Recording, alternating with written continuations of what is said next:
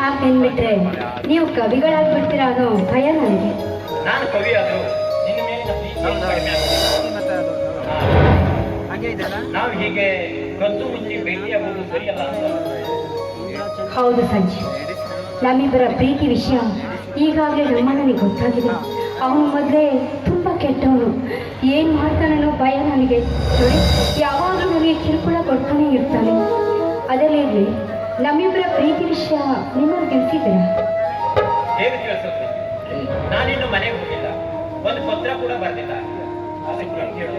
ಮತ್ತು ಊರಿಗೆ ಯಾವಾಗ ಹೋಗ್ತೀರ? ನೋಡೋಣ, ಈ ವಾರದಲ್ಲಿ ಹೋಗ್ಬೇಕು ಅಂತ ವಿಚಾರ ಇದೆ.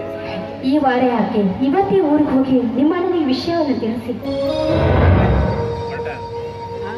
ಹೇಗೆ ಅಂತ ನಾನಿಲ್ಲಿ ಬಂದಿರೋದು ಓದೋದಕ್ಕೆ. ದಿಢೀರ್ ಅಂತ ಹೋಗಿ ನನ್ನ ಅಣ್ಣನಿಗೆ ಏನು ಅಂತ ಹೇಳಿ ಅಂತ ನನಗೆ ಸಮಸ್ಯೆ ಆಗ್ತಾ ಇದೆ. ಹೌದಾ? ನೀವೇನಾದ್ರೂ ತಡ ಮಾಡಿದ್ರೆ ನಮ್ಮಣ್ಣ ಯಾರಿಗಾದ್ರೂ ಒಂದು ಹುಡುಗನ ನೋಡಿ ಮದುವೆ ಮಾಡ್ತಾರೆ ಅಷ್ಟೇ. ಅಂದ್ರೆ ಏನಂತ ಹೇಳಿ, ಇನ್ನು 1 ವರ್ಷ ಕಳೆಯೋಷ್ಟರಲ್ಲಿ ನನಗೆ ಬೇರೆನೇ ಮದುವೆ ಮಾಡ್ತಾರೆ. ನಮ್ಮಣ್ಣ ಹಾಗೆ ಇರ್ತಾರಂತ ಅನ್ಕೊಂಡಿದ್ರೇನೋ. ಈಗಾಗಲೇ ನಮ್ಮಿಬ್ಬರ ಮದುವೆ ಪ್ರೀತಿ ವಿಷಯ ನಮ್ಮಣ್ಣನಿಗೆ ಗೊತ್ತಾಗಿದೆ.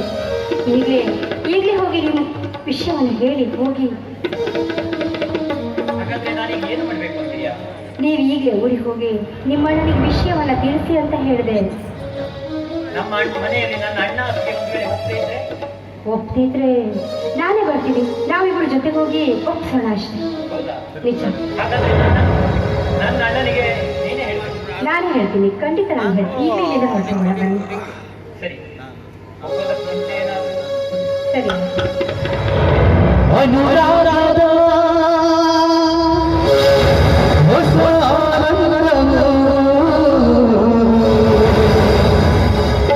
ಬಹುಜನ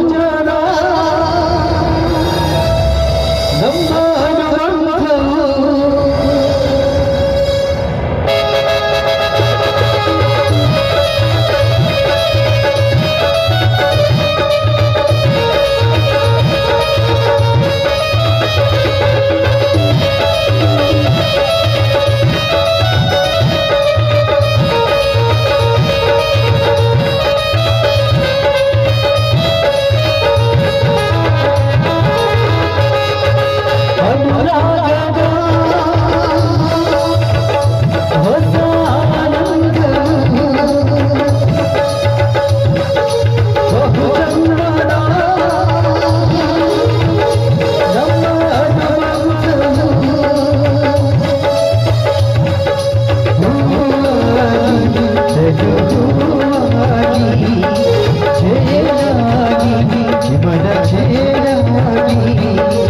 ಜೀವನ ಸಾಗರದಲ್ಲಿ